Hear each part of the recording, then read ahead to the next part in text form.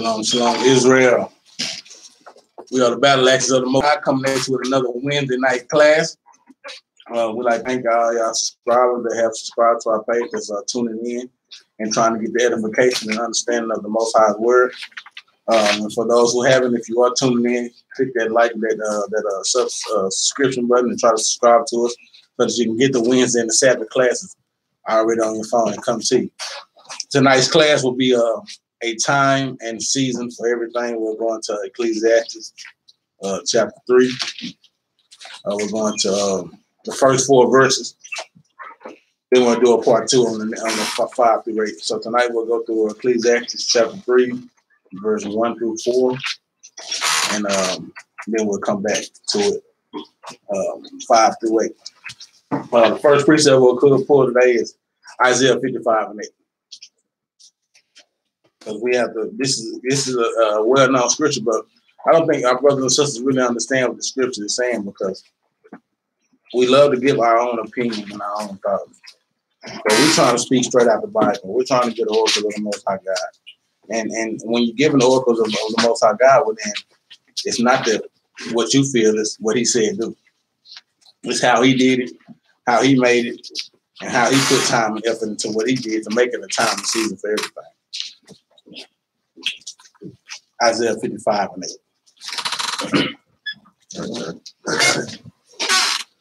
The book of Isaiah, chapter 55, and verse 8. For my thoughts are not your thoughts, neither are your ways my ways. Said who? Said the Lord. So he said, for my thoughts are not your thoughts, neither are my ways your ways, because our ways has never been perfect like the Most High God. Now we're trying to be perfect and perfect ourselves by keeping the law, statutes, and commandments. But he said that your thoughts don't even continue to try to think like I think.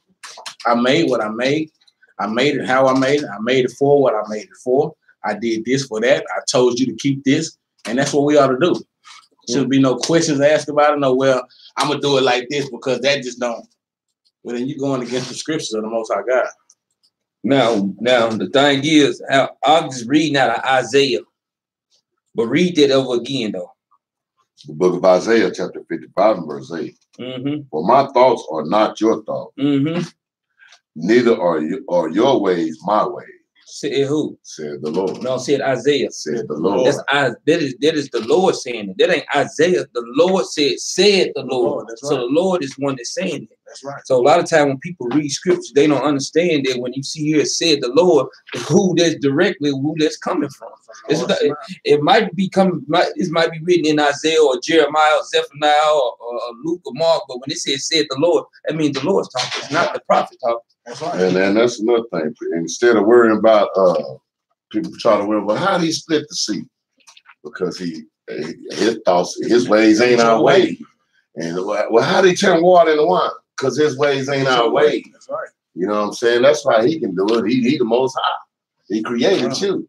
So you think it's something like splitting water ain't nothing, man. He made everybody on the planet. So it's so get out your mind. Get out your mind. Right. And get into the mind of the Most High.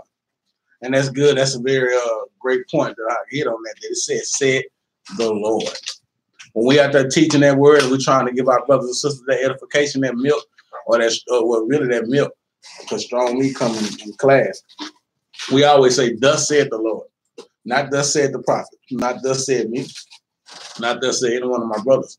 But thus said the Lord. We speak thus said the Lord. The oracles of the Most High God. That's another key scripture, man. So Isaiah, in the book of Isaiah 55 and 8, said, for my thoughts are not your thoughts, neither are your ways my ways. Never said the Lord. Go ahead. Keep going. Verse 9. For as the heavens are higher than the earth, so are thy ways higher than your ways, and my thoughts than your thoughts. So get it out of your mind, brothers and sisters, that you can even continue to think like the Most High God, because he said if the heavens are higher than the earth, and we know that when he come back, that's when it's going to be a difference in that. So until our Lord come back and save us, his ways is going to be higher than our ways. His thoughts are going to be higher than our thoughts. You know what I'm saying? So we got to stop even trying to continue to think that we can think like the Most High God. Like we said, if you see it and they say do it, then we got to do it. If it's a commandment, then you got to follow it. Don't give no lip, no talk. That's just like a parent. You don't want to hear no talking back. You know what I'm saying? I told you this will ain't no will. The Most High God said do it, and that's what we got to do, brothers and sisters. My thoughts are not your thoughts, man. We got to get some heavy scripture that we have to understand. Let's go to Ecclesiastes 3:17.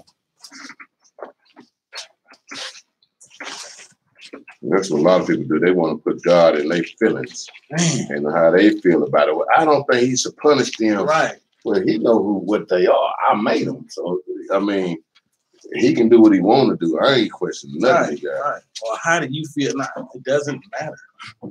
My feelings don't mean nothing. Jonah wasn't in no belly of the whale. So the Lord seemed to fit to put it in there, and he can live through that. That's where he was. Right. David killed Goliath. How you do? Hey, that's the Most High, man. Mm-hmm. That with a rock, you really? Hey, that's the Most High. It's in the scriptures, ain't it? Man, on the scriptures, and I don't understand why they think you can't do it. You can drown off a teaspoon of water, man. But so David can't kill Goliath with a rock. You can die from stepping on the wrong fish or touching the wrong plant. Well, I mean, you can just die for nothing. I mean, the Lord just take I mean, he's like, how did he die? Well, he ain't got no cause of death. Well, Lord just took him. Went to the upper room. And what they say, they call it die by natural causes. I mean, we don't know. The Most High did something we don't know. Let's go Ecclesiastes 3:17. 3:17. The book of Ecclesiastes, chapter 3, verse 17. I said in my heart, God shall judge the righteous and the wicked, for there is a time there for every purpose and for every work. The Lord, he said, I said in mine heart, God shall judge the righteous and the wicked.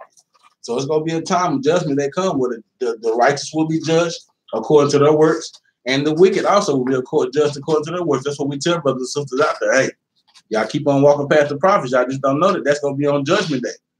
Everything that you do, that's hey, you see when you walk past the prophet, you see when you walk past them brothers, you see when you told them going on, they told you the greatest thing on the planet. You see that?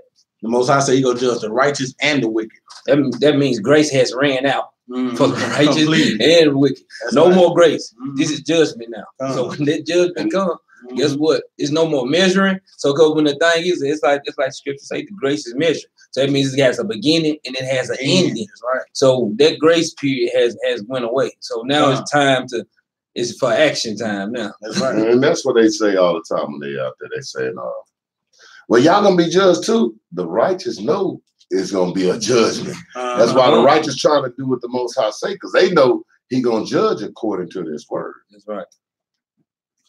And it says that there is a time and there is every purpose for me, and there is a time and there for every purpose and for every work. Every work. So it's gonna be it's gonna be that time when he go put us in judgment, like we said, the righteous and the wicked, man, and the unrighteous, man.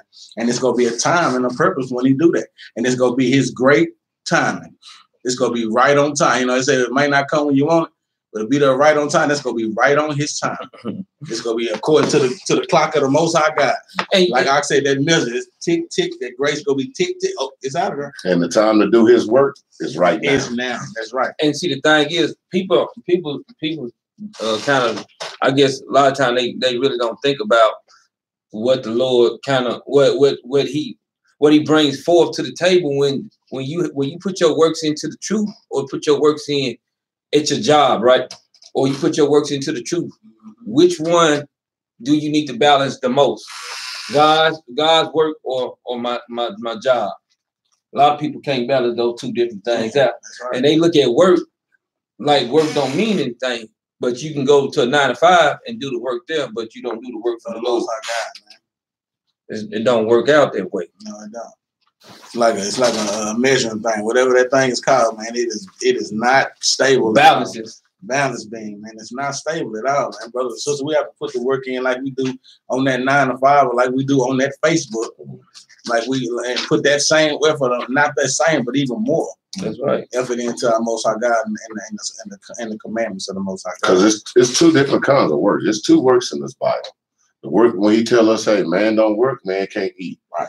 And just like when he tell us spiritually, man don't work, you ain't gonna enter the kingdom. That's right. And there's two different kinds of work, and we're supposed to be doing both of them. We're supposed to be getting out there working to provide for our family. and then working in this truth to provide for our spirit. That's right, because you got to know, like the song says, different levels to it. Yeah, he said that a man don't work, don't eat. You know what I'm saying? Yeah, you are commanded to go out there and work on that 9 to 5. But are you gonna put more effort in your 9 to 5 and put more effort in the Creator, the one who gave you life and breath to live every day, see a new day? Come on, man, it's different levels, man. Yeah, he wants you to work. And that's how the work is how your fear get how your spirit get fed. Just like right. The working at your job is how your flesh get fed. The same way. That's right. Because like we always tell brothers and sisters, man, you have a war going on within your body every day. What's go win? Are you gonna prevail with doing the 9 to 5 work, or will you prevail by doing the work of the Most High God? That is what's gonna pull you to that light. But that 9 to 5 work, it ain't gonna really pull you to the light. Now you might be in the middle, like stuff. You doing something that the Most High God wants you to do, but it's not according to the whole knowledge. You know what I'm saying? We can't do half. Can't be in part. We got to be in whole with this thing. So it said there'll be a time in the season for everything. Let's go to Ecclesiastes 3:1. Let's start on Ecclesiastes. The book of Ecclesiastes, chapter 3, verse 1. Mm-hmm. To everything there is a season. Not to something. To everything there is a season. To everything there is a season. Every. However you want to say that word. Every. However you say every the word. Everything is a season. Go ahead, Doc. And a time for every purpose under the heaven. And a time for every purpose under the heaven. Now, whose time is that? Is that our time, or is that the Most High's watch? That's according to His watch. He said there's a time and a season for everything, man. It's a purpose for everything. And He did it. I did this. I made that for this purpose. You might not see it now, but in the latter days, you'll see, oh, that's why the Most High did that. That's why He woke up these brothers, man. They was out there doing God knows what, man. It's a purpose for that. Everything is time and purpose. Let's go to Timothy 4:2 right quick. 2 Timothy 4:2.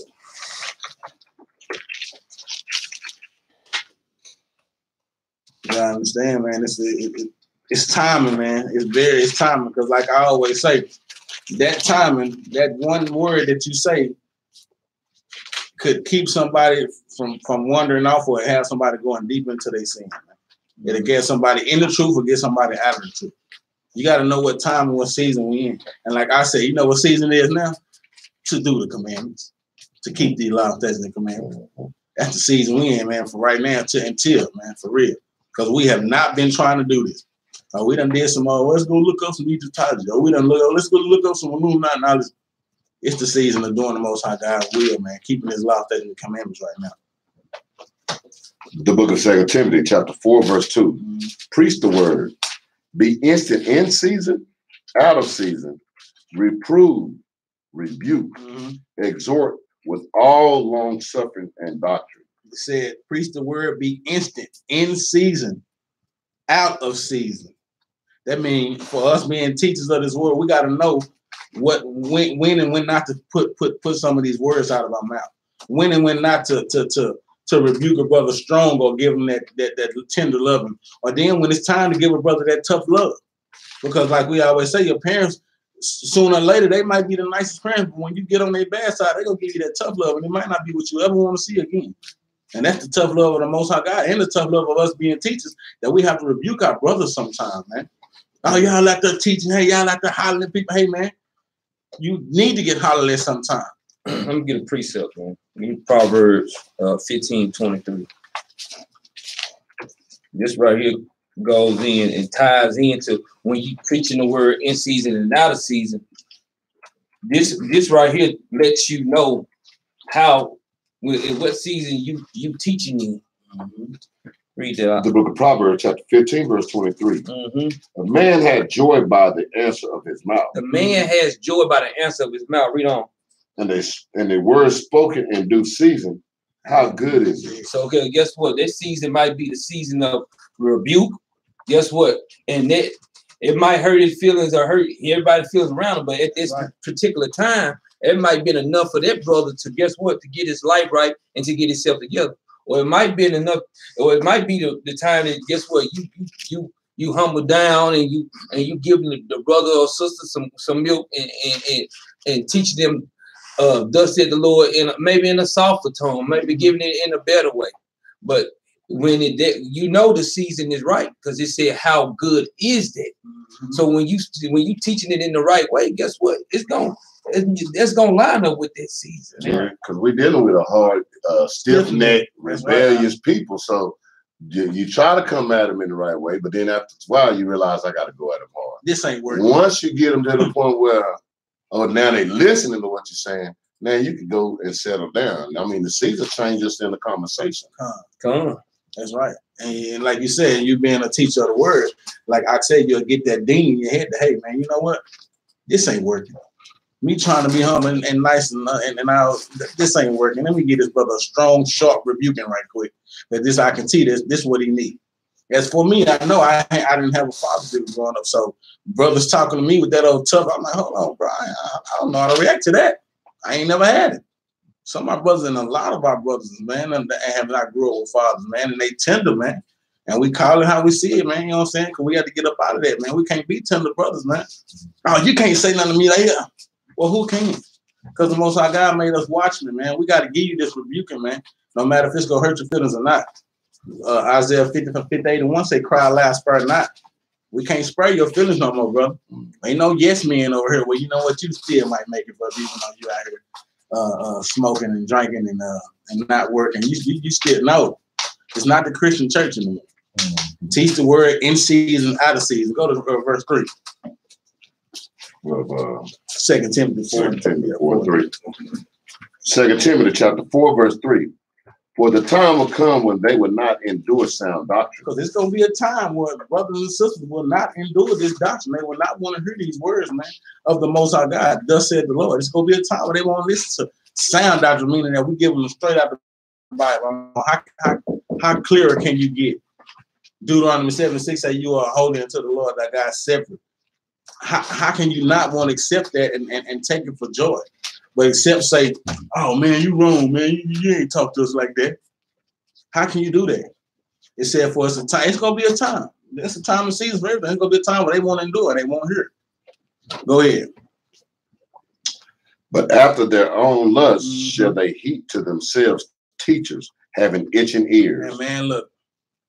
This time might be coming right now, man, because Israel, we waking up, man. And, you know, we can see it, man. We went from doing everything else to now, you know, I see a lot of people that's, you know what I'm saying, they're trying to make an effort. But at the same time, man, Facebook, man, yeah, it's getting ridiculous. It's getting out of hand, man. I just told my wife the other day, I'm finna get off of Facebook, man, because it is ridiculous how many different angles you brothers and sisters are going at and with, man. I'm talking about just saying anything out of y'all mouth, man. Anything. Skipping so many commandments, not getting counsel before you speak, not getting counsel before you bring up a doctrine or trying to bring up something to teach brothers and sisters. Man, it is out of line. And this time might be now, man. So you brothers y'all better repent, man. Humble yourselves. Get around brothers and sisters and get into the counsel, man, and start understanding these scriptures more and better before you just say blasphemy and put anything out of your mouth, man. Like, this is serious, man. Like, I'm seeing it is ridiculous how you brothers and sisters out here on this Facebook just ridiculous, man. Y'all ain't even putting the work in, but y'all on these computers doing all this big typing. You ain't got no typing job. You ain't got no job. Your day, all day you do is type behind the computer, man. And thinking that's gonna get you to the kingdom. We got to put way more effort in that, man. And I'm not saying that that it's not helping, because we got to do what's acceptable to the Most High God. And when He come back, He'll let us know whether our work was acceptable or not. But come on, brothers and sisters, we're skipping a lot of commandments. Say go to the highways, man. Go to the byways. Teach the word, man. In season, out of season. We got to understand that we are doing a lot of wrong things, man. A lot of cruel things that's not going to help our people. It's going to hinder us because, like I said a couple weeks ago, it's about 38 Israelites now. Northern Israel, Southern Israelite. You can just put a name before it, and it's different kind of Israelites now. Oh, and I'm a this Israelite. I'm a commanded conscience. Oh man, I was gonna say command. Just anything. I'll go ahead. Read that again, because I bring up a good point, and that scripture go right with what people is doing. Read that again. For the time will come when they will not endure sound doctrine, but after their own lust. That's what you see on Facebook. People going after their own lust, not after the Bible. Read on up. Shall they heap to themselves teachers having itching ears. And that's the point right there. That's the part that ear itching, boy, to whatever they spirit feel like, not according to what the Bible say, according to what make them feel good. And that's what we have in Christianity. When you coming into being an Israelite, guess what? You got to put off all that stuff that you don't learn, because that's what Christianity is. They heap to things that make them feel good. Guess what? This Bible not gonna. It ain't supposed to make you feel good, man. Because guess what? This Bible is all about change. Some things gonna flex your spirit, man. And that's the reason to convict your spirit and to get you to change, man. That's a good precept. Go ahead, and that's what they do, though. They when you speak to them, you can tell, because when you start putting scripture, these are Israelites now. Because we used to use the scripture against the pastors out there. And then the more I go and the more I learn, I'm like, this is talking to the people that think they, and then, like you said, on Facebook, I see all of them. They won't hit the streets. They'll look at wherever they get some information from, and they on Facebook with it. Blah, blah, blah, blah. I'm thinking, they just to make people think I know this and I know that. And then you start hitting them with scriptures. Then they'll be like, then you ask, well, prove what you're saying. I don't got to prove nothing. Okay, now you disobeying the Bible. Then you pull that scripture. Then you pull another one. Then they'll go against that scripture. That's what I said. I know you're really not doing that, because you're going against everything that I'm pulling. You mad because I'm pulling these scriptures. Man, and the end of that scripture, my bad. The end of that scripture says, but after their own lust shall they heap to themselves teachers. They thinking they teachers themselves, man. Ain't nobody gave, and like we say, the Most High God gave us the ability to be teachers and understand these scriptures. But y'all, like the ox say, man, and then they not even shy about it. Oh, sister, I looked at this website. I'm gonna give you the link to it. And after I looked at this link, well, I got to totally. Come on, man. Let me get a precept. Go to the scriptures. I go ahead. Acts 17:21. All day long, man. All day long. That's what a lot of our people have. They got itching ears, man. And that's something what our people will, man. They do this all day, man. All day long, man. The book of Acts, chapter 17, verse 21. Read that. For all the Athenians and strangers which were there spent their time in nothing else. In nothing else but what? But either to tell or to hear some new things. Man, that's what they want, man. That's right. They want to just tell. They want to hear something new, man. All of us want, man. Look here. That's why you think we used to get so fly and all these wicked pagan holidays. We want something new, or we want to hear something new, man. We get so caught up in bull crap, man.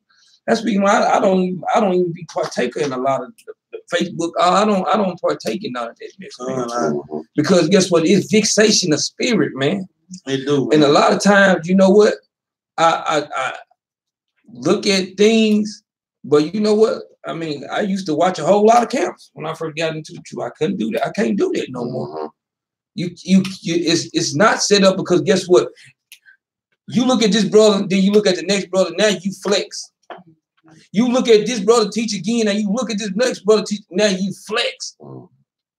Everybody want to find some new thing, man. And this is the same thing, because right here when he's speaking, this is after we just come out of the Greek captivity at this time. These are the Athenians at this time, when you got the Greek philosophers, Aristotle, Socrates. Right. This is what this is right after that time when this was talking about. They would go around to their mid towns, you know, all those little Greek things, and they would stand up and quote these philosophy. Well, the stars and the moons is green through the passage of the. And everybody sitting around like, ooh. It sounds so. And it is so stupid. That's what he's like. And Paul and them trying to teach, you know, imagine. And it's the same thing we doing, the same thing what Paul was doing. We trying to teach him like, man, but you know, see, Kemetic was the first thing. You'd be like, man, that was your slave masters, man. Now you want to learn what they learn. And it's the same thing we doing today. It ain't nothing new under the sun. And that's just like the brother come up when been a nice teacher, man. Brother come up there. Oh yeah, I'm from Basra, Africa. Yo, boy. He said, how long you been in America? Oh, I've been over here about a month. No accent. That brother was straight. No accent. He was straight on clip. We looked that stuff up, man. Basra is just nothing but a dialogue. And he took out running with, they found me out. See? And he said, South Africa. I said, yeah, I've been over here for about a month. I said, I know all the South African towns. That don't sound like neither one of them. For real, man. Let's go to Psalms 104 and 19. But yes, brothers and sisters, it's a time and season for everything. And like and the scripture said, it's going to be a time and season where we will not endure sound doctrine. You won't understand and get the understanding of this truth. And that's because you're not keeping the commandments of the Most High God. You got to keep the law, statutes, and commandments, man, and be in order with the Most High God in order to get the true understanding, man. Or you'll just be, like I say, tossed to and fro with all different kind of doctrines, man. The book of Psalms, chapter 104, verse 19. So Ecclesiastes 3:1 says, "There's a time and season for everything." Go ahead, Doc. He appointed the moon for seasons. Mm-hmm. The sun knoweth his going down. So he appointed the moon for seasons, and this is how we set up and know some of our seasons that we in by the feast day. And so what? But another key point in this is that the moon and the sun is in order with the Most High God. It does what He tells it to do. We got to start doing the same thing, brothers and sisters. We got to be in order with the Most High God because He appointed the moon for seasons. He said the sun knoweth it's going down. Sun know when to rise. The sun know when to take his butt down. That's right. Have it said, well, you know what, Lord, I think I'm gonna stay up about 4 more hours a day. The pool was out there jumping. Brothers and sisters want to kick it a little bit more. Let's keep the party going. Nah, man. We got to get in order as well, man. It's a time of season. He appointed the moons and the sun know this going down. Read 20. Verse 20. Thou makest darkness, and it is night. Wherein all the beasts of the forest do creep forth. So He say He make the darkness. You know what I'm saying? We call that night. You know what I'm saying? Go ahead. The young lions roar after their prey and seek their meat from God. Because this is in order, and this is just how He made it. The lions, what do? They gotta eat. They seek their prey. You know what I'm saying? They are in order with the Most High God. They got to do what it's what He made them for. So season for everything and everything else that the Most High God made being in order except for His children. That's what I'm getting out of the scripture. There's a season. He appointed the moon for feasts and everything. We're going to go to Sirach 33 and 7 too. He appointed the moon for seasons. The sun know when to come up and when to go down. You know what I'm saying? This is the time. This is the time that He made. He made it like that. He said it was 12 hours in the day, 12 hours in the night. That's the time that He set it up for. Sirach 33 and 7. The book of Sirach, chapter 33, verse 7. Why do one day excel another? When as all the light of every day is in the year is of the sun. Is of the sun. By the knowledge of the Lord, this verse 8. By the knowledge of the Lord, they were distinguished. Not by the knowledge of man. By the knowledge of the Lord, they were distinguished. So by the knowledge of the Most High God, going back to Isaiah 55 and 8, His thoughts are not our thoughts. By His knowledge, they were distinguished. So He made a difference between night and day. He made a difference from one day excelling to another day. It being 24 hours in a day. Time and season. He made these times and seasons. Oh, look, He made a difference between the Sabbath day, exactly, which is Saturday, and from Sunday, man. Because a lot of times people love to throw that in there, but that's the perfect cut scripture for brothers and sisters in Christianity. Read verse 7 again.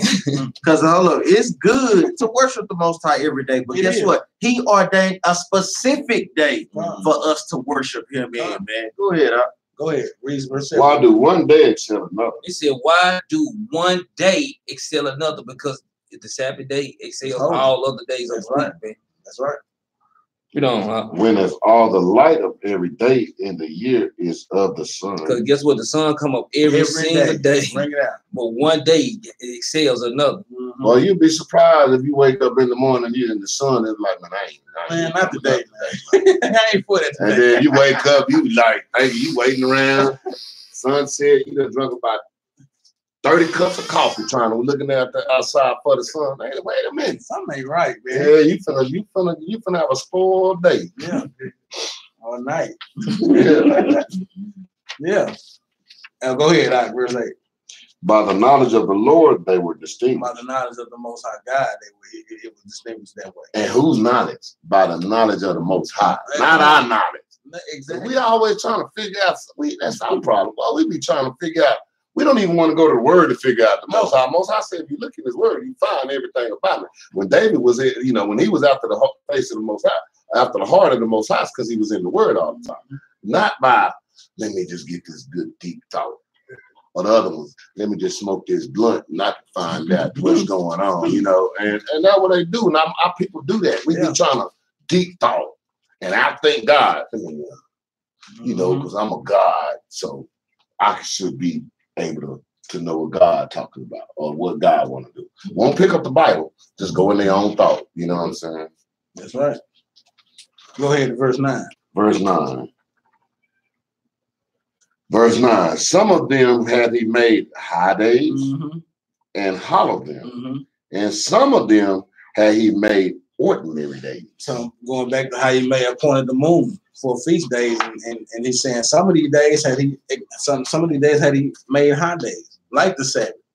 You know what I'm saying? Like our feast days that we have to keep, you know what I'm saying? Like the new moon. And some of these days had he just made plain old ordinary days. You know what I'm saying? But he made a difference in them. And like we said, oh, now I'm going to do my Sabbath now. Specific day, right here. I'm going to do my Sabbath every 7 days according to the right here. Saturday, he made it distinguish. He said, I distinguished that day. And you can worship the Most High on Monday. That's your business. But it was just an ordinary day. Right. You know what I'm saying? It wasn't no, I make every day God day. I said, no, I made someone ordinary. How you going to tell me I made them? And that's how people do, man. Our people. That's right. I can't even go to the palace no more. We can't deal with them no more. It's time out for that. We need to be dealing with Israel itself now. Because a lot of people woke, and like he said, they is just out of season. I mean, boy. Man, out of season. Let's go to Isaiah 54 and 8. 55 and 8, 54 and 8. Because it's a time and season, you know what I'm saying? For the Most High, what he did to us, how he put us in these curses, how he put us in these captivities. It was a time and season. He made it the perfect captivity, the perfect enduring that we had to go through, you know what I'm saying, for his reason. But we have to understand that we broke the laws of the Most High God, and that's why he did. 54 and 8. The book of Isaiah, chapter 54, verse 8. In a little rat, I hid my face from thee. So, and it was a time when the Most High God said he hid his face from us, man. Hell, Moses had to plead with him not to kill us out, man. After we came out the wilderness doing all kind of things, going right back into what we did, man. Praising other gods, man. So he said, in a little rap, I hid my face from his children, man. For a moment.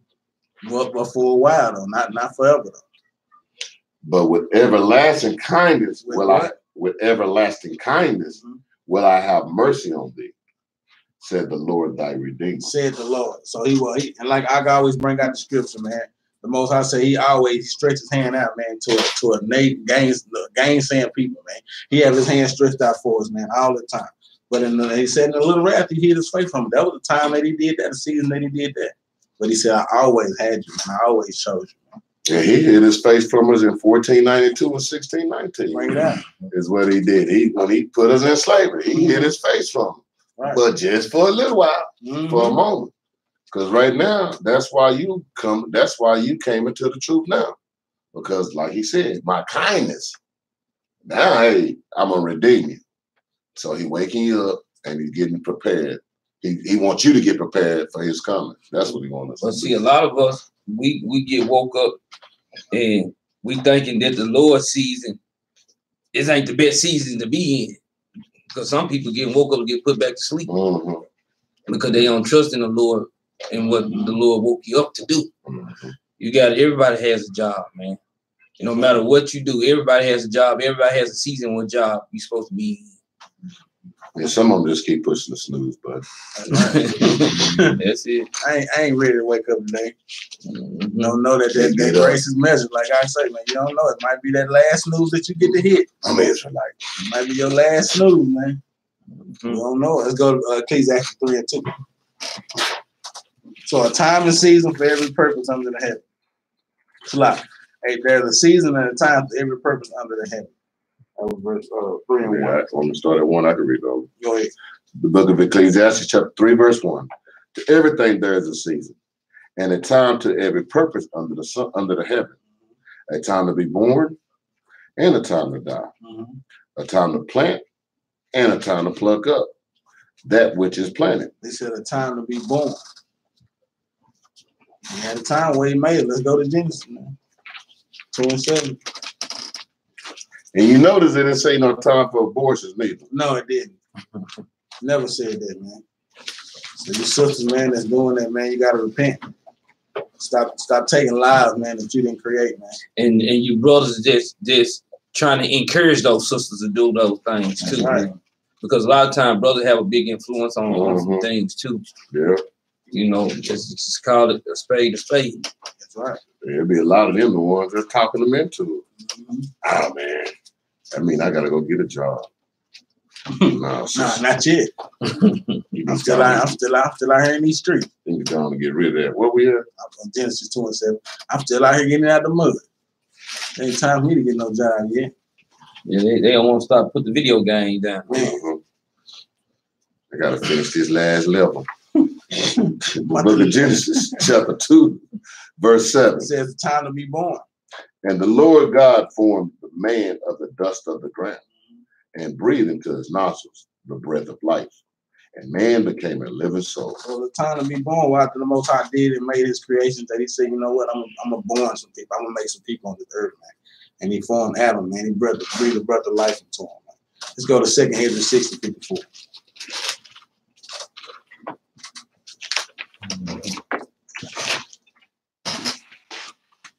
The time that the Most High made that in perfect time. That's perfect time. He made everything, and then he said, "You know what? I'm a formed man. It's time to be born." It was time. It was a certain season and time for when he created man. That was right. Purpose for that. The book of 2 Ezra, chapter 6, verse 54. And after these, Adam also, whom thou madest Lord over all thy creatures, of whom come we all. And the people also whom thou hast chosen. And we always bring the scripture out when we have the teaching on the Sabbath, man. You know what I'm saying? Because it lets you know that, yeah, we all come from Adam, but he got a select few of different people. He made a distinguish the difference between. You know what I'm saying? So he said, whom we all come from Adam and the people that he chose, which is the so-called Black, Latinos, and Native Americans. Go ahead. Because thou madest the world for our sake. As for the other people, which also come of Adam, thou hast said that they are nothing, but be like unto spittle, and has likened the abundance of them unto a drop that falleth from a vessel. So it's like it's a time the Most High God made this in perfect time, and he made other nations, man. Yeah, he did that. Brothers and sisters can't see him fasting that and be like, well, I don't understand. Why would he make some people just to cut them out? Hey, that's what he said he did. That's what he did. That's what I'm reading in the scripture. That's what I'm going by. He said that the other people are nothing, man. That was the time. That was his season for doing that.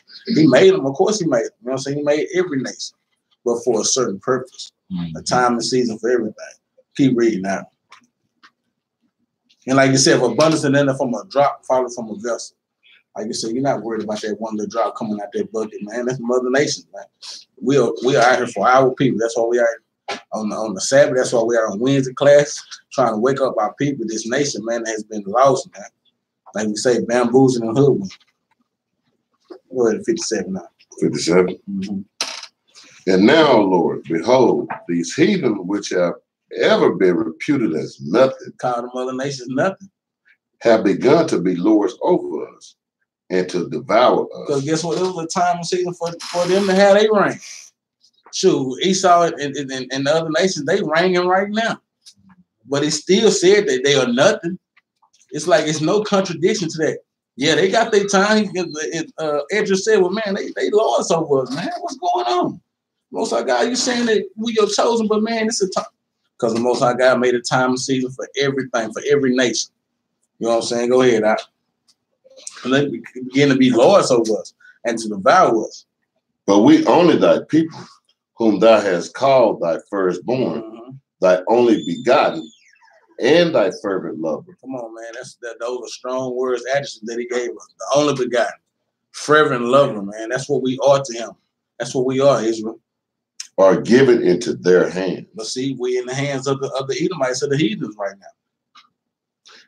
Verse 59. If the world now be made up for our sake. It's asking the question. So if you made the world for us, Lord, why do we not possess an inheritance with the world? How long shall this endure? And guess what? That's a great point for time and the season for everything. Because the Most High God said, yeah, I made y'all mine. But you finna have to go through something. It ain't time for y'all to reign over right now. It ain't time for y'all to be who I want y'all to be right now. It's their time right now, but it's gonna be yours later. Let's go to Genesis 25 and 23.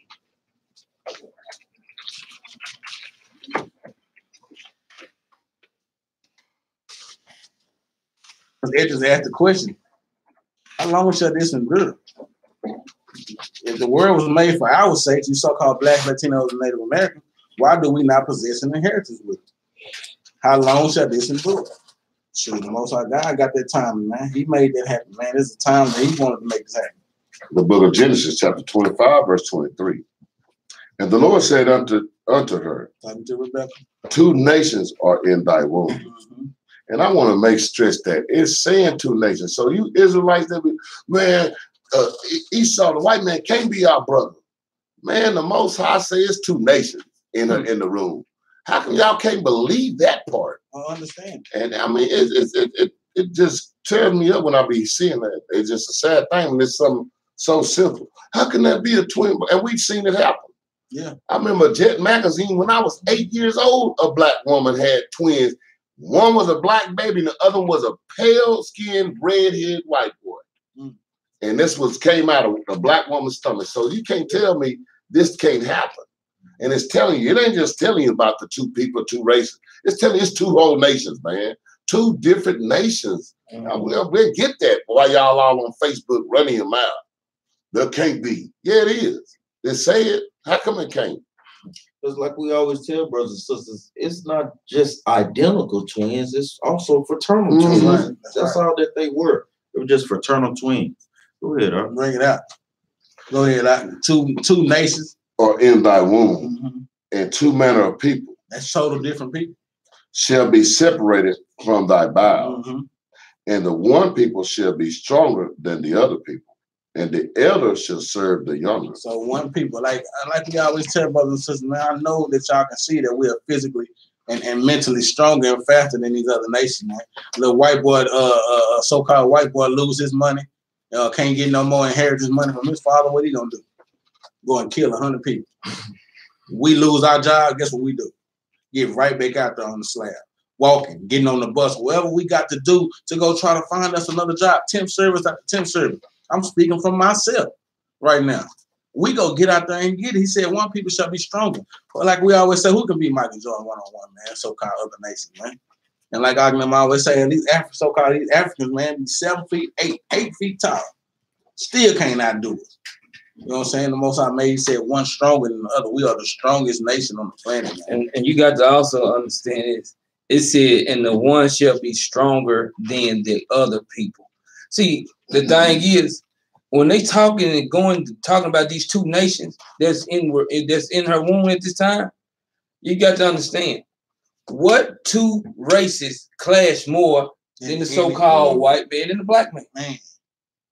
No other races clash like we clash with each other, man. Because guess what? They want to beat us they want to beat us so bad. Don't they?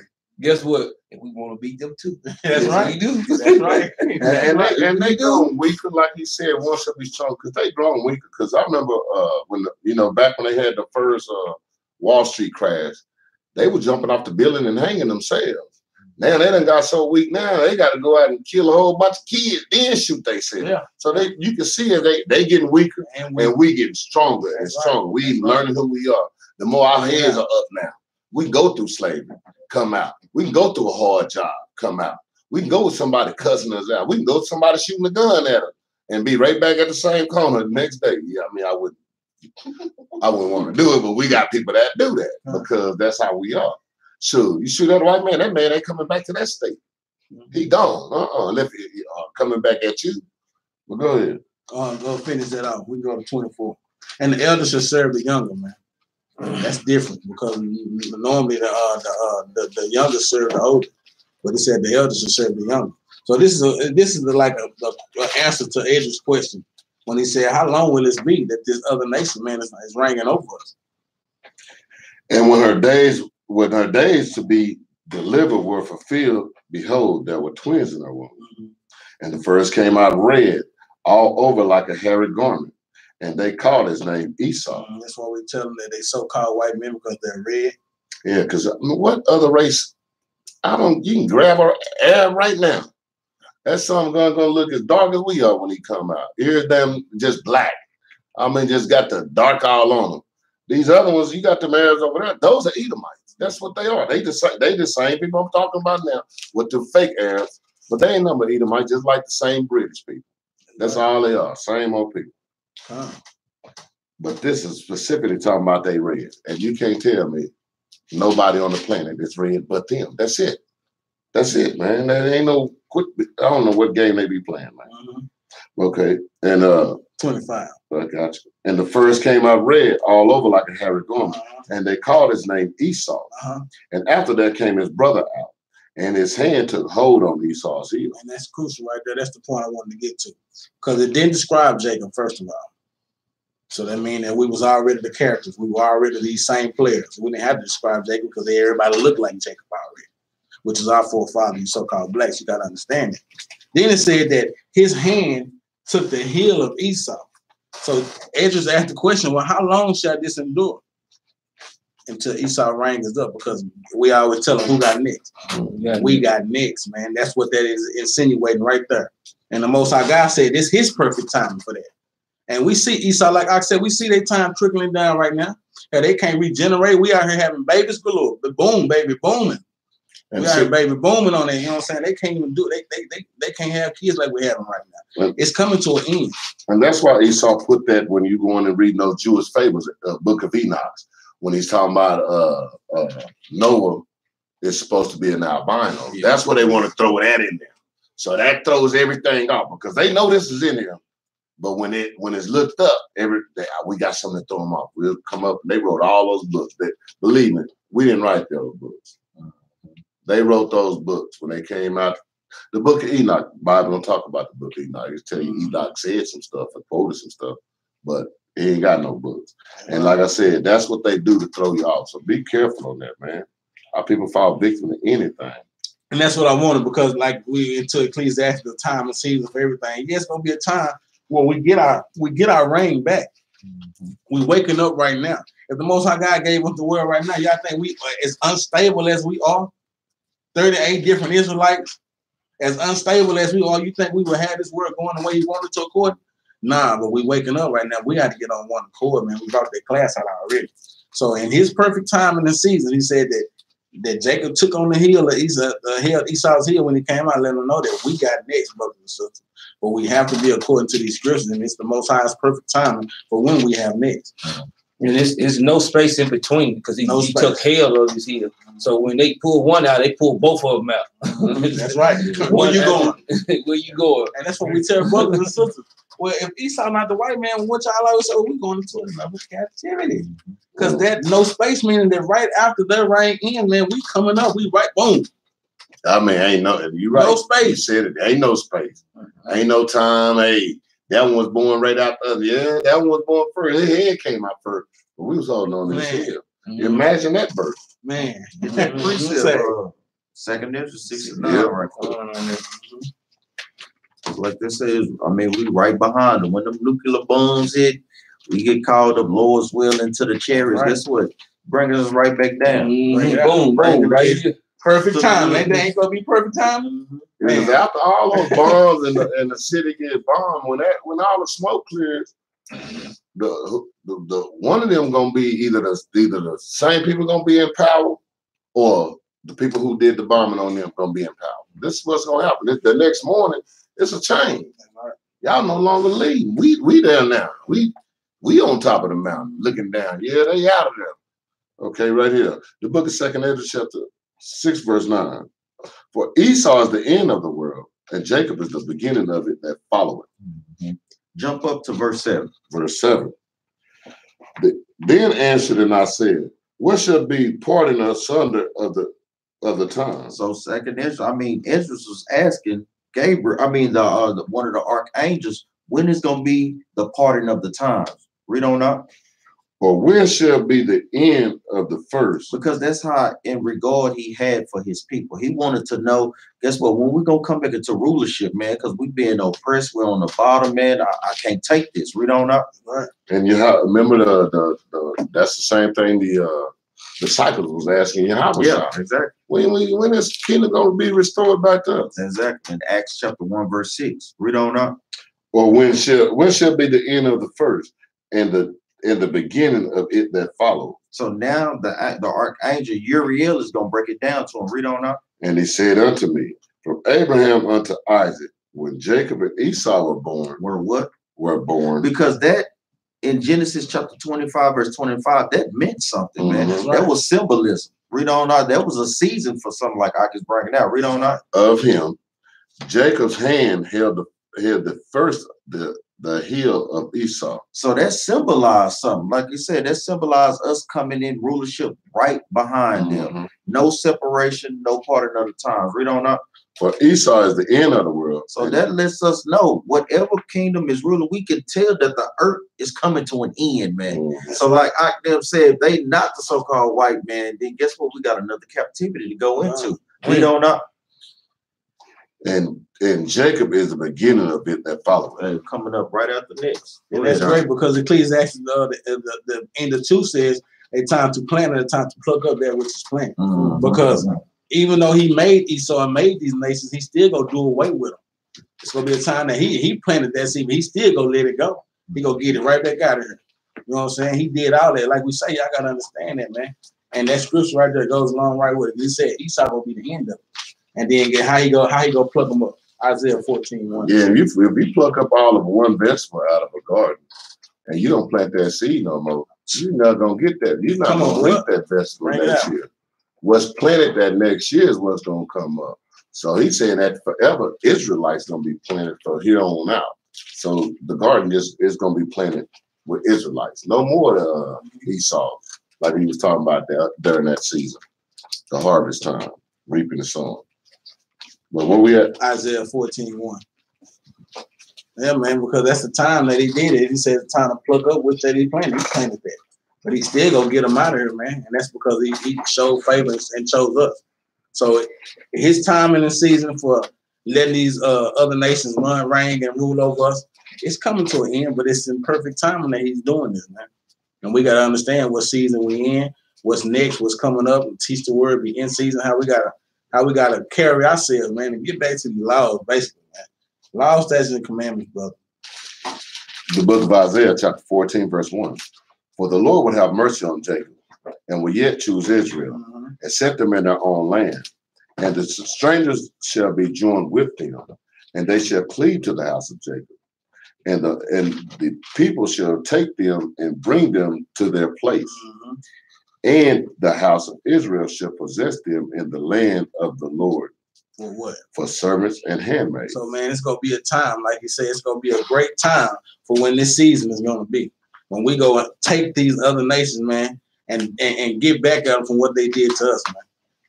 Planting the time to pluck up that which is planted, man. It's going to come a time. This is going to be a great time, too, Israel, but we have to be in order with the Most High God, keeping these laws together, man, as a nation, in order for us to see this time. This is going to be a great day, man. And this is a future prophecy. That's right. So a lot of people talking about, yeah, they cleaving under me yet. I heard people on thing talking about, yeah, what should I do? Because she cleaving under me. This ain't even the time. Man, you just got a nosy white person. And then she was talking about how she talked bad about her. And I said they ain't cleaving to you yet. But just what y'all want, what it is, you want to just bring them in, just like you wanted to do with Christianity. No, that is going to happen later. Not now. We ain't got no land. Where you going to take them? They cleave to you. Where you going to take them? To your apartment that you don't own? Man. To that house that you think you own? You ain't got no place to take them. Right. Man, sure. What you gonna take them to their house? Hey, clean the toilet. Man, they finna call the police on you and lie like a son of a gun.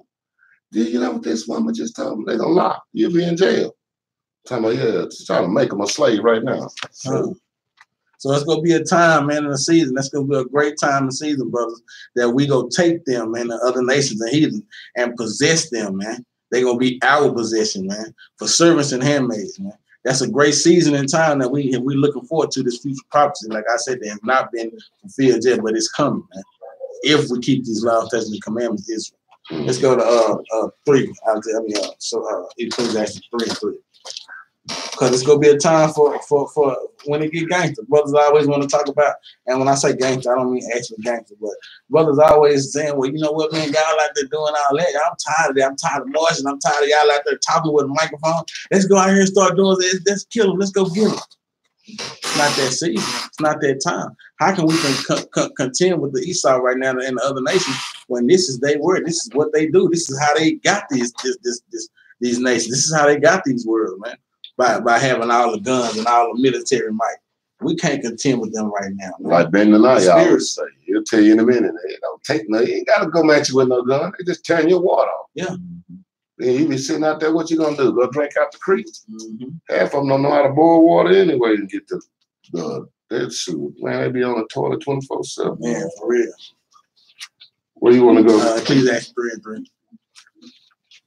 The book of Ecclesiastes, chapter 3, verse 3. A time to kill and a time to heal. A time to break down and a time to build up. Let's go to Jeremiah 51:20. A time to kill. It's gonna be a time, brothers and sisters. Well, yeah, we all go like the scripture said, we gonna take them and possess them, man. It's gonna be a time for us to get that killing on from the Most High God. He gonna give us that little bit of peace that he don't want. You know what I'm saying? After he do his thing, he got the first. We gonna get the leftover. But that's gonna be another great day, man. So it's gonna be a time in the season that we will be able to use force, man, with these people, but it's not right now. Hell, we're trying to wake up. We're trying to wake up as a nation together. So how we gonna go out there and fight with 19 soldiers, 22 cooks, 14 dirt diggers, whatever the case may be? We all got to be soldiers, man. We all got to be soldiers, man, before the Most High God make this time come on. The book of Jeremiah, chapter 51, verse 20. Thou art my battle axe. What did the Most High God call Thou art my battle axe. That's what we are. We are the battle axes of the Most High God, man. That's the great season that we're waiting to get to. And weapons of war. For with thee will I break in pieces the nation, and with thee will I destroy kingdoms. Man. And that goes for people who say that when they be talking about the vengeance is the Lord. Well, who do you think he gonna use to carry out his vengeance? Well, who you think? Us. That y'all seeing on the corner. Y'all don't think it's gonna be us. Let's go to Ezekiel 25:14. He's gonna show you that it's gonna be us. He gonna use, man.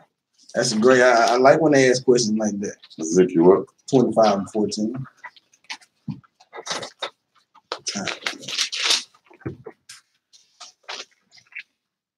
The book of Ezekiel, chapter 25, verse 14. And I will lay my vengeance upon Edom by the hand of my people, Israel. No, it's just gonna be the Lord, I think. Well, that's a nice little cut up right and there. I will lay my vengeance upon Edom by the hand of my people, Israel. Man, what a great day it's gonna be, man. To get back at these heathens, man, for doing what they did to our people, man. You know, we got to keep reading, man. And they shall do in Edom according to mine anger or according to my fury. He said they're gonna do to them according to his anger. Ooh, man, say his anger way deeper than I. You can get mad. You can get upset. You can get the little frank lines in your forehead, eyebrows all the way up to your edge up. You can get mad, but can't nobody get mad like the Most High God. And he said we gonna do according to his anger. Oh man, that's a totally different anger. That's totally different anger from any one of us, any one of y'all. You want to say you mad? Oh yeah, you don't want to see him when he get mad. I know you really don't want to see him. When he get mad, that's the Most High God. He say, I'm gonna let them do according to them heathen, to my anger, according to how I feel about it. Yeah, and look what he done to us, and he love us. Man, and look what we have to go through. So what you think about the person, what he finna do to Edom, the one he hate?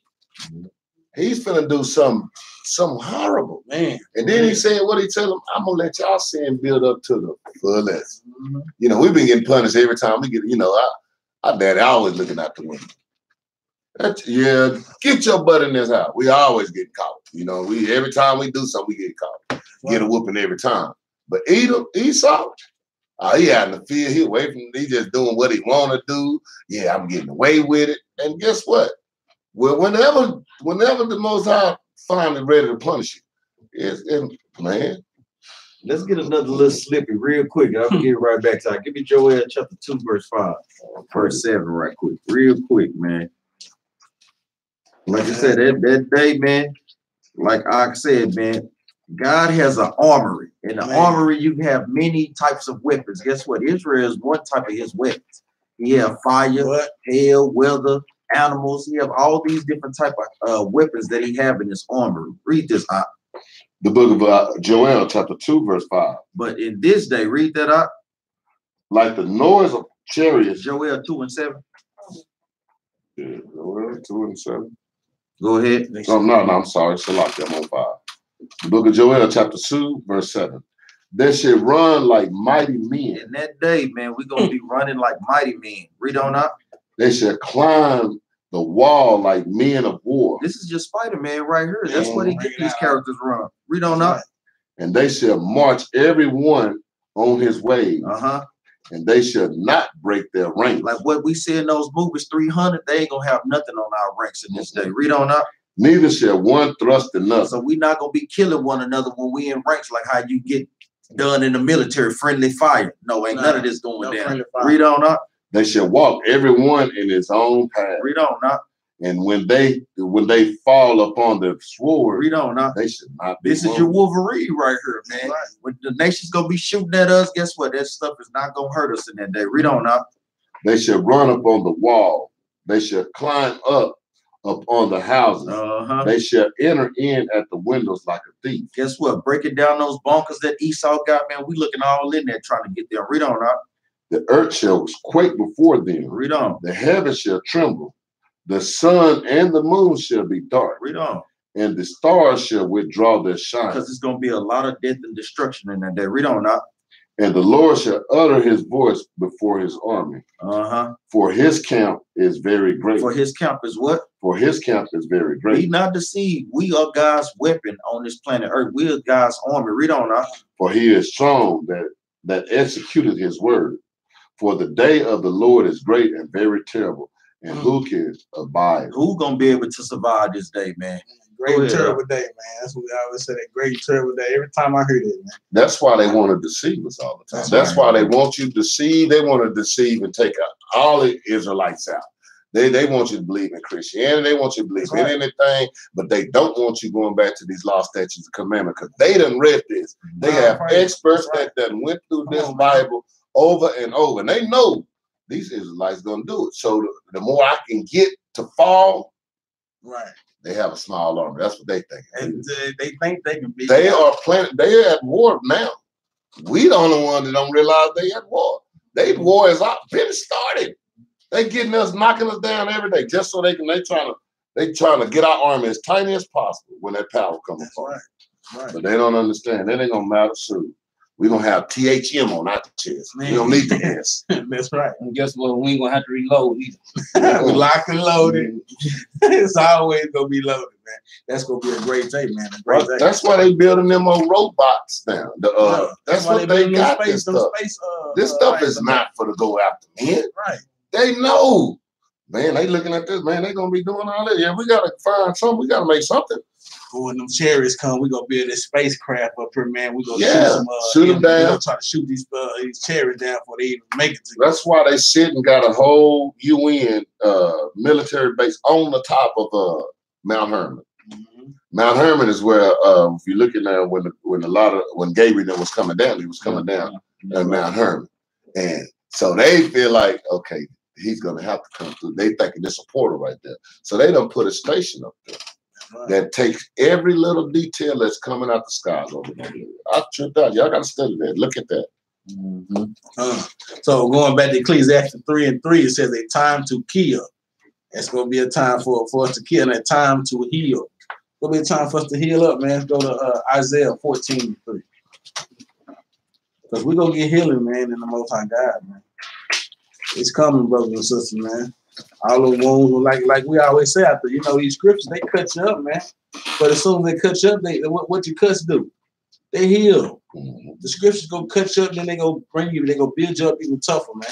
You might have your little war wound or two, you know what I'm saying, little cut. They ain't gonna do it and remind you that, hey, man, I'm built back up now. It cut me, but guess what? I'm back. And I'm back even harder. And that's gonna be a remembrance to let you know. So we're gonna have our healing days, man.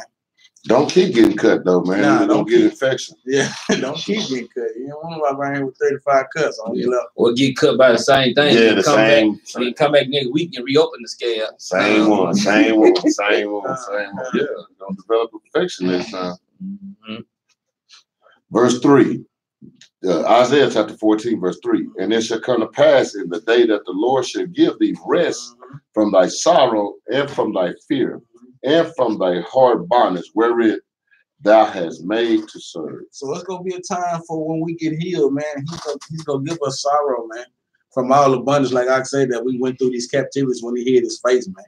From the fear that we had, from the bondage, man, when we had to serve these other nations, man, knowing that we the kings and the princes. He gonna give us that healing time, man. He gonna give us a time of that. It's gonna be a time for us to heal. Go to Deuteronomy 7 and 15. He gonna heal us, man.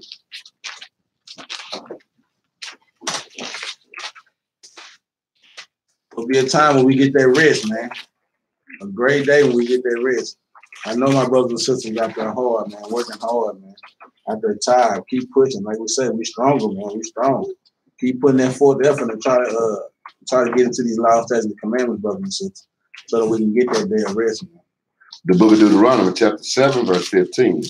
And the Lord would take away from thee all sickness, and will put none of the evil diseases of Egypt which thou knowest upon thee, but will lay them upon all them that hate thee. Ooh, we're gonna get some healing, because guess what?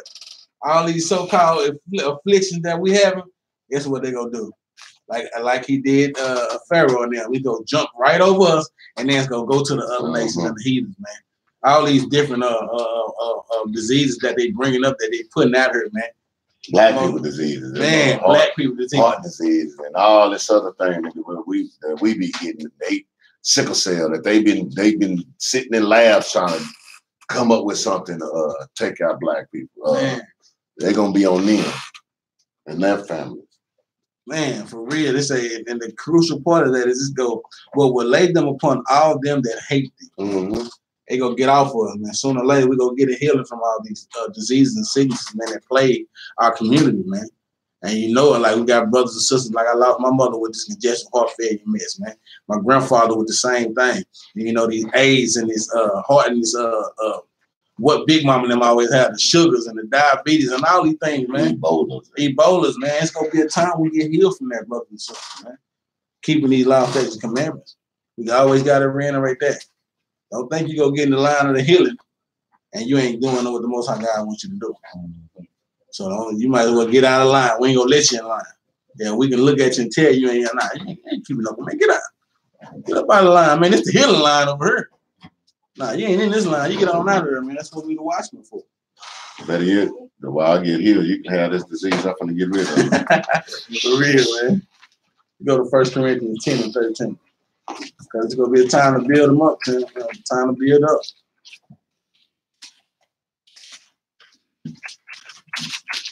Go to 1 Corinthians chapter 10, verse 13. There had no temptation taken you, but such as is common to man. But God is faithful, who will not suffer you to be tempted above that ye are able. But will with the temptation also make a way to escape, that ye may be able to bear it. Because sometimes you feel like you're broken down, man. But the scripture, the one scriptures that I did learn in Christianity, that's the one stuck with me. The one scripture I probably knew. The song that I knew was, he'll never put more on you than you can bear. The Most High God said, yeah, you will be tempted, man, and he will give you plagues, but guess what? He says it's gonna be he will always make a way for you to get up out of that, man. He will always give you an opportunity to make a way that make you stronger than what you think. So he gonna break you down, but then he gonna build you back up, like we say these scriptures, man. That's what these scriptures did. These scriptures broke us down, but then they built us right back up, man. For real. Read that again now, because that's a heavy scripture, man. There's no temptation, man. The book of 1 Corinthians chapter 10, verse 13. There had no temptation taking you, but such as is common to man. But God is faithful, who will not suffer you to be tempted above that ye are able. So you will be tempted. You will have problems, man. Even in following these laws, statutes, and commandments, and we know that the Bible says that He chastises who He loves, man. So you will be tempted sometime, man. But He said not, but above what you are able, man. Always above what you are able, man. So that means no matter what circumstances come on you, no matter what, there's a way out. Always, man. And so hey, like them brothers sitting in there, and you come in there, and some naked woman coming there. Well, guess what? The Most High got the front door unlocked. You can get up and walk your butt up on out of there and get out of there. It's always a way to get out of your situation. A lot of times we look at it, so we like MacGyver is what the Most High saying. You know, every time all we need is a paper clip. It's a way out of here. Mm-hmm. You know, and that's what the Most High saying. I got a way. Whatever you tempted with, it ain't nothing that you can't handle. So it basically going to say warning before destruction. That's right. Every time, every single time, man. I mean, a lot of us don't cleave to that, mm-hmm. but warning do come before destruction, man. Let me get a precept right quick. Yeah. Matthew 24:24, right quick. It's something that, but even though temptation comes, some people don't really like to come up out of temptation. Mm-hmm. They see the door locked and they look all there. I don't know where is that. Man, where is that? You see that door. Mm-hmm. Don't want to leave. The book of Matthew, chapter 24, verse 24. Mm-hmm. But there shall arise false Christ. You see, there shall arise false Christ, because a lot of people trying to say they Christ and they won't teach in Christ's name. Hey, if you ain't getting the truth from me, then you ain't in the truth. Oh, no doubt. Mm-hmm. There's a lot of people saying different little stuff. You got to be aware of what they say. Right. We don't know. And false prophets. Because guess what? There's a lot of false prophets out there, but I'm going to show you the part that we're going to get, though. We don't. And she'll show great signs and wonders. And they're going to show some great signs and wonders because they can teach the word and they know the word, too. But read on, though. It's so much that if it were possible, they should deceive the very elect. Because guess what? Even though you might be in your temptation, sometime in your temptation, it can be to see the very elect, man. Mm-hmm. But he said, if it was possible, it ain't nowhere in the world it's possible. But if it was possible, they would try. Because y'all gotta understand, Esau finna come with a master plan now. He finna make that sky crack and make it look like that. Hey, you gonna be looking up there and they got all kind of what they call them little things. What they call them things they did with pocket. Hologram. Exactly. They're gonna make, and guess what's gonna be coming out the sky? It's gonna be probably a black figure because they know everybody woke up to it. And everybody be running over them. They allowed to blow that section up when you get over there. Right. My wife tell me about something they were showing online. They finna make the sun black.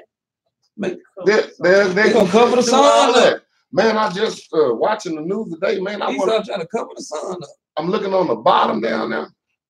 It says they have found a new species of human. Man, I was so mad. I sat there and watched the news all day. So I'm thinking sooner or later they gotta say something about the story. Yeah. But they said they found a new species of human. Now I wonder what that is. You probably go there, man. I'm telling you probably got horse legs, a turkey back, and a human head. But you know what? I'm gonna explain something to you. Oh man. Those drawings and stuff that they had on the wall in Egypt.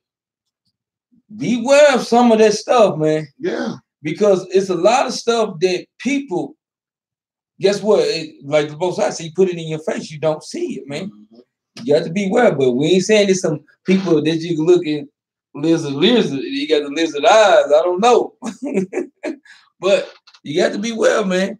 Because I'm like Maccabee too. I need to see these new people. Mm-hmm. You say they got them. Let's bring them to the forefront, man. I'm like, man, they should have just turned off the news and started just going on. I said, new species of human. I watched every news. I know somebody got to say something about this.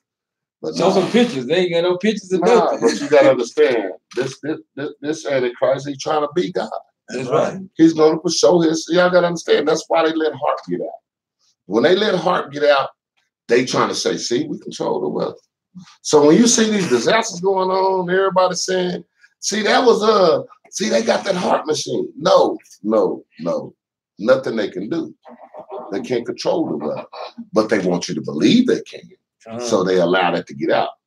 You see what I'm saying? They don't allow these secrets to get out unless they want them out. Mm-hmm. That's why they allow you to hear about Area 51. in Area 52. Because when you start seeing them chariots, then they say, see, we playing with this. We doing this. So they want to look like God. So they put it in your head so you can believe it. So when you see it, you think it's the so-called Esau. Come on, let's finish this off. A time to kill and a time to heal. That was 3 and 3. A time to break down and a time to build up. So we know that to break down and build up, the Most High won't put more on you that you can't bear. You know what I'm saying? So he gonna give you the temptation, but it's always the temptation that you can withstand, that you can overcome. But you got to overcome it with these scriptures. Let's get to the last one today, 3 and 4. The book of Ecclesiastes, chapter 3, verse 4. A time to weep and a time to laugh. A time to mourn and a time to dance. Man, a time to weep, a time to laugh, a time to mourn, a time to dance. Man, you put that together, man. That's a song, man. There's some raps in here. Man, that's real. Look, let's go to Revelation 10 and 9. Revelation 10 and 9. Read that part of when it's talking about ain't no new thing under the sun. Read that all real quick. Tell him, you got a song we finish that. Revelation what? 3, Revelation 10, chapter 10, verse 9. A time to weep, a time to laugh, a time to mourn, a time to dance. The book of Revelation, chapter 10, verse 9. And I went unto the angel and said unto him, give me that little book.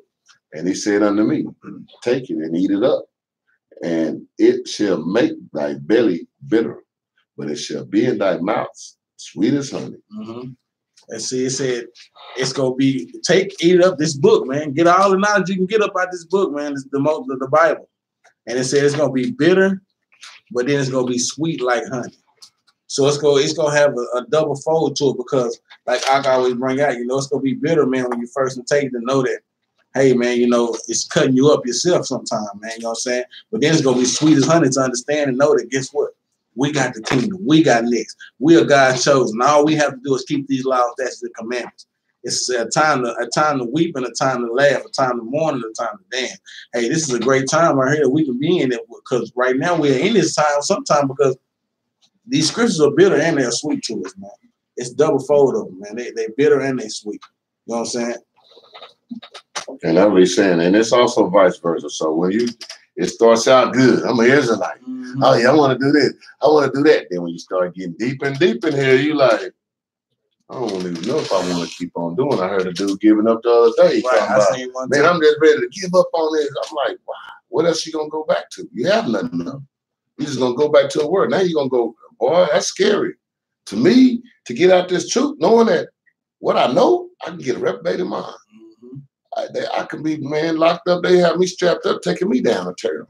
You know what I'm saying? Put me in that cloth room with the straight jacket on. You have some good hair, but your mind gonna be gone. Yeah.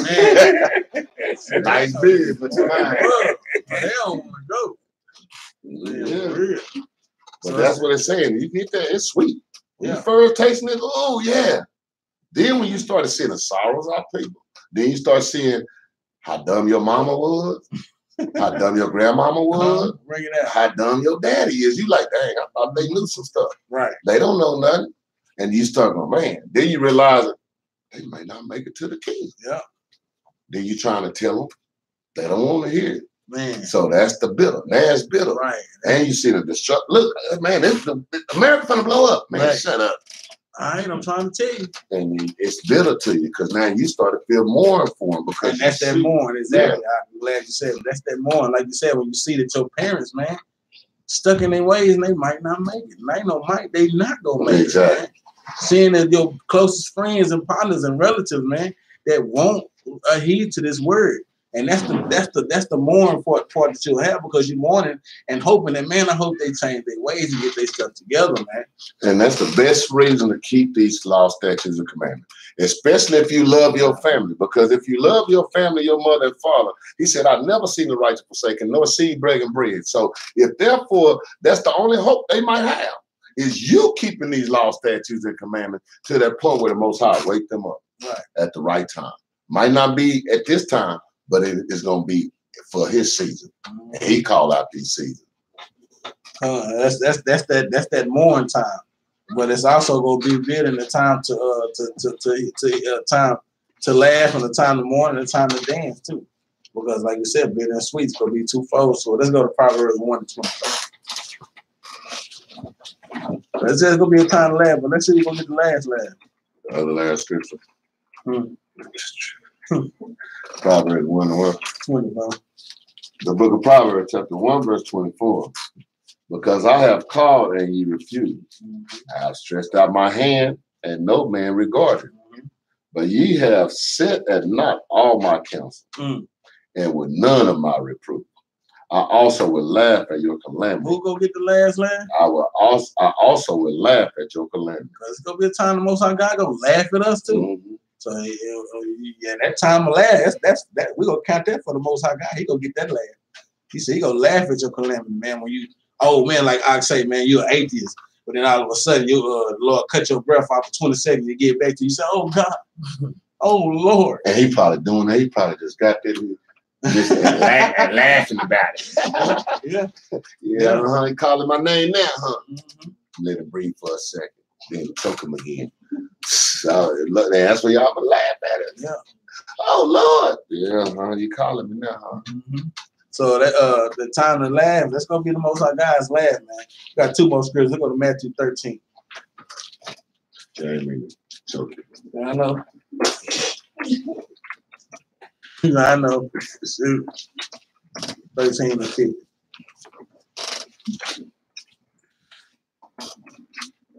The book of Matthew, St. Matthew, chapter 13, verse 50. And shall cast them into the furnace of fire. There shall be wailing and gnashing of teeth. Weeping, and that's that time to weep. Because a lot of our brothers and sisters, they're going to be weeping. Oh, man, I didn't know. And you had them prophets out there telling you. Every Sabbath out there giving you this truth. But now it's going to be weeping and gnashing of teeth because guess what? Now the Most High God did and put you in himself and that he wanted you to be in. Oh, man, come on, man, that ain't fair. Yeah, it is. It's fair. Yeah, you weeping. You weeping now. But all you had to do was keep the law, statutes, and the commandments. You know what I'm saying? So it said, and shall cast them into the furnace of fire. There shall be wailing and gnashing of teeth. That's that weeping part right there, man. Let's get this last precept, time to dance. Go to Matthew 25 and 29.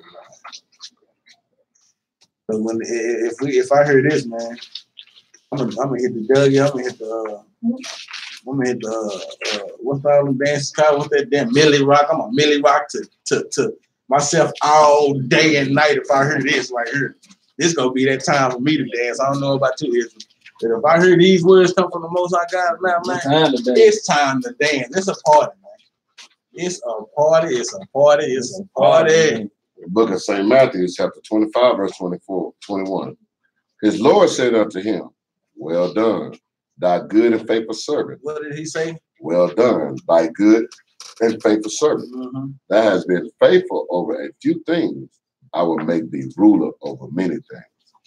Enter thou into the joy of thy Lord. Man, that's making it to the kingdom. Enter into the joy of the Lord, man. We want to hear that, Israel. Remember what we are doing this for, Israel. To hear those words, well done. Good job, servant, man. Well, you passed, man. You passed. You made it. That's when I want to dance. I tell you, go break dance. I tell you, I'm a Millie Rock to I can't until I can't stop. You got to tell me. All right, servant. All right, soldier, now shoot now. You gonna stop dancing so you can start putting my work in again? You want to come in or what? He said, and look at this though. He said, faithful over a few things. Man, 613 things. That's it. That's it. If you faithful over 613 things, because the numbers can go infinity. So he just said 613. That ain't nothing. Because you'll be mad in a mug ball I gave you with $613 he worked the whole month. That ain't nothing right. It's a little bitty thing. So that's what he's saying. You be faithful over a little thing, you're gonna be ruler over much. Man. And that's that dance for me, Israel, man. A time to dance. That's gonna be the time that we get our dance on, man. Into the kingdom, man. That's what we're doing this for, Israel. Don't forget it, man. We ain't doing this for Facebook likes. We ain't doing this for Instagram hearts. We ain't doing this for none of that, man. We doing this to hear that well done, sir. Yeah, you passed. You made it. And we're gonna leave y'all with that today. We'll start back on the part 2 of 3 and 5 and 8, and we'll get y'all the law. And I'm gonna read this law out, but before y'all leave, we got a few situations, we got an issue to address in Israel. Let me get you this law. Leviticus 25:17. Ye shall not therefore oppress one another, but shall fear thy God, for I am the Lord your God. Man, right. Don't oppress it, man. That's what y'all doing on Facebook, man. I like to bring down, brothers and sisters. You breaking every commandment, man. And a lot of them, they want to learn just by trying to argue with somebody. Right. Yeah. To get in an argument. Forget about Facebook right now. We had a situation. A sister hit our comment board, and she said that it was a few things that's going on. It's a nationwide thing. We all know that you cut on Facebook or you go on these different social media outlets, and we see that missing children. They always have a lot of missing children, missing mothers and fathers. But one thing that they don't put out on the media outlets is about sex trafficking. And his sister contacted us about she met a sister that was being sex trafficked. And the thing is, we reached out to the sister, and she went to telling us the story on the sister and what was going on. So the thing is, the Most High God gave us an outlet and gave us a platform that we can address things that's going on in Israel and things that's going on in the world. So we extend our hand and we extend our hand to help whatever we can help with, but also our prayers and fasting that we can do in Israel to help this situation out. Right. We hope and pray that our brothers and sisters to use your platform we're not asking y'all to go in guns up, ready to go kill everybody in the building, but we asking y'all brothers and sisters to use their platform and to use your avenue to address the situation that's being taken place. Yeah, this is big time business in the world. That's not. They ain't just leaving from the United States and being in the United States. They leaving from the United States and shipped overseas, all over the world. They shipping these women out for sex trafficking all over the world. Sometimes you never hear about them, and it's more and more. They had I saw the thing I looked at today. What was that? Over 45,000 that you don't even hear about. You don't hear about it. The news ain't gonna report about it because it's a big time business, and every rank of government all over the world is doing it. This is right now. It's bigger than oil. It's bigger than the dope gang. That's right. That's right. And that's what's going on right now, and that's why we're addressing it, man. So we can all start getting the word out, so people start looking out for that. You see something strange happening to your women, men, stand up and be men. That's right, man. Say something. Go to them. Just stop that. But we gotta start standing up for our women, man. If they get to disappear, who you gonna procreate with? Man, and I went even so far as saying that the sister parents knew about it, man.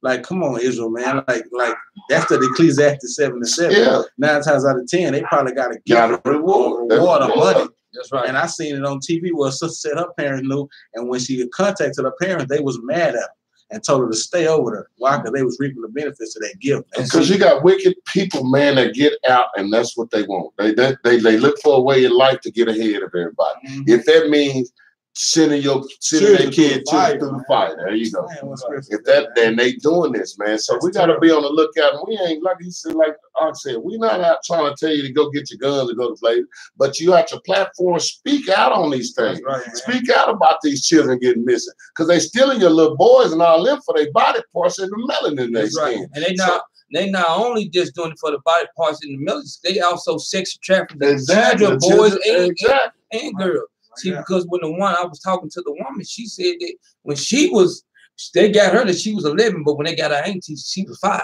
Mm-hmm. So the thing is, it's a big business what we stress. And all these other nations in love with them boys, man. Yeah, that's their thing. Sirach 4 verse 4, right quick.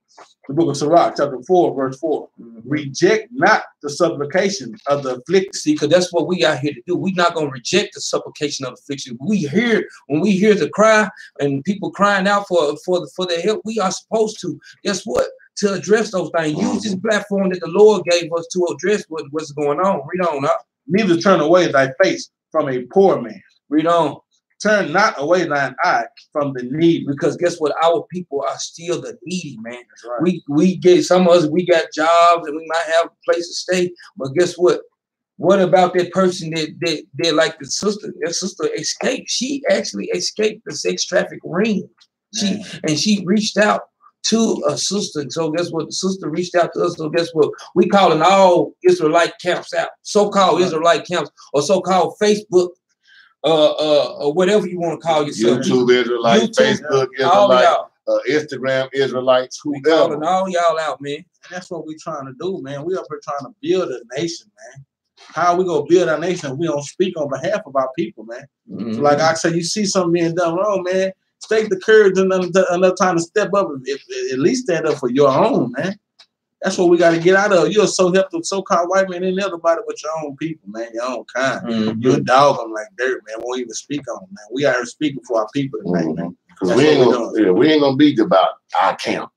We're gonna be about our people, our nation. Bring it out. Because guess what, man? And we say the same. I say this all the time. I don't care if we had to go out there with 4 or 5 people. We don't care about the numbers. We can have numbers. That's cool. That's fine. The Most High God say in Matthew 10 and 30, he knows the very hairs on your head. He can care about. He ain't got to use 100,000 people. He could have did it with 1. That's right. But us as men in Israel, guess what? We got to start being as men in Israel and start speaking out on those things. And when things rise up, guess what? And when we call you, and if any other camp that we do call to help to try to get this situation resolved, guess what, brothers? Y'all got a job to do. Y'all got a job to do too. Because guess what, man? The Most High God, he's over your camp too. You might have a person named, this is the person that's over my camp. You might have that person name in the same aspect, but guess what? The Lord's over him. Right. So guess what? He's the leader of all camps of Israel. And we just read that precept. He's the leader of all the camps of Israel. And that's how it is, man. We'd rather go to war. If you got other camps, they go to war, hit the streets with 800 men. When we hit those streets, we go to the streets with 800 angels. That's right. That's watching over us. And that's how we go to war. We're about to hit the war with the angels. You might see 4 or 5 of us out there, but they see 800 angels. And they look at us with 4, as we did when we was with another group when we had 20 out there. They like, nah, leave them alone. But they go down to the 20 want to fight. It ain't us. It ain't got nothing to do with us. This is all about the Most High, and it's going to continue to be. And the thing is, and to those people that's out here doing that stuff to those people, man, y'all got a judgment, man. And a curse on you. I'm going to curse you too. Read this. We're going to show you what the Lord going to say about you, man. The book of St. Matthew, chapter 18, verse 6. But whoso shall offend one of these little ones. He said, if you offend one of his little ones, man, read on. Which believe in me. Read on. It were better for him that a millstone were hanged about his neck, and that he were drowned in the depth of the sea. Because guess what, man? That's what's gonna happen to you, man. He better off getting that. That's what's gonna read on out. Verse 7. Woe unto the world because of offenses. Woe unto the world because of offenses. Because guess what? That little things right there, it might sound like a drastic thing that could have happened. He tied the millstone around your neck and you went to the sea. That could have been. That sound real drastic. But he said it was better for you to have had that than for to let me get you. Because when the Lord deal with y'all people on that, man, y'all ain't gonna understand the wrath that the Lord gonna put down on you or your children, man. Read on out. Woe unto the world because of offenses. For it must needs be that offenses come. Because offenses gonna come. But guess what? But when you are partakers of a sex traffic ring, or you partakers of somebody that's doing something that the Lord didn't ordain us for to be doing. And all those vocal, look here, brothers and sisters, look, use your platform to do justice and good for Israel. Not to have these dang on, excuse me, forget the damn language. Not to have a damn like fest on the damn Facebook. Bring it out. Damn that shit, man. We got to start standing up as men and women and start calling bullshit out. Let bullshit be bullshit, man. That's right. Read on up. For it must needs be that offenses come. But woe to that man by whom the offense comes. Man, he said, woe to the man that offense is gonna come, man. Because guess what, man? Y'all are the partakers in that, man. Woe to y'all, man. That's right. Destruction to y'all, man. We the battle axes of the Most High, man. All our information is on the thing, man. That's right. And that's something I do right now. Hey, we ain't gotta wait that time, because if I said, man, hey, it's war at this time. Y'all gotta understand, man, we're in a war. Y'all gotta realize that the war is on. Know the season. And they after us. Right. Know the season. And they ain't you ain't hearing about all these white women getting taken. You ain't. How come these Japanese women ain't getting taken? No, how come the African get taken? Exactly. They look just like us too.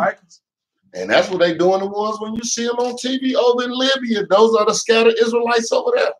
They know who we are. I said, look at, because a lot of time they see a little boy, a little Judah boy, one of the 12 tribe boy, and they see a little African boy. Guess what? They don't want him. And they, guess what? The other nations, they know who he is. Right. We don't know who he is. Right. You'll say he my brother. Or I'm African just like he is. Guess what? But the other nations don't see him as that. They see you as that.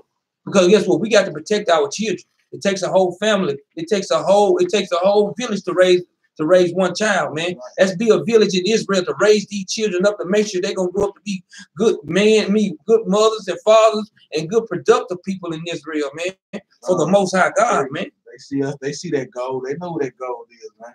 Oh, man. They know who that true gold is, you know what I'm saying? Let's take a nation nowadays. Take a nation, man. And that's why we need to raise them and raise our children and our families as a nation of people. That's no right, more man. village. We getting out of village. We going into nationality. We know who we are. Con on it. Wake up, Israel, man. Know what season you are in, brothers and sisters, man. Man, that's heavy, man. That was heavy on my brother. Hardy called me today and told me that he wanted to bring that up, man. I told him, well, that's what our platform was for, huh? That's what we do, man. Praise. That's what we're supposed to be doing. Building up a nation, man. Standing up for our people, man. That's so right. We thank y'all for tuning in. Like we said, if you haven't subscribed, subscribe. For those, like we always say on Sabbath class, thank you for the donations to help us build a cause, and maybe we'll come to a city near you one day or two. You know what I'm saying? Hopefully that's what we're trying to do, build up to get out and start communicating with our other brothers and sisters. We got some brothers out there in Florida, Atlanta, all over, man, and we want to get out there to y'all. So we just thank y'all for all that, man. And we are the battle axes of the Most High, we say. Shalom. Shalom. Shalom. Shalom. Shalom.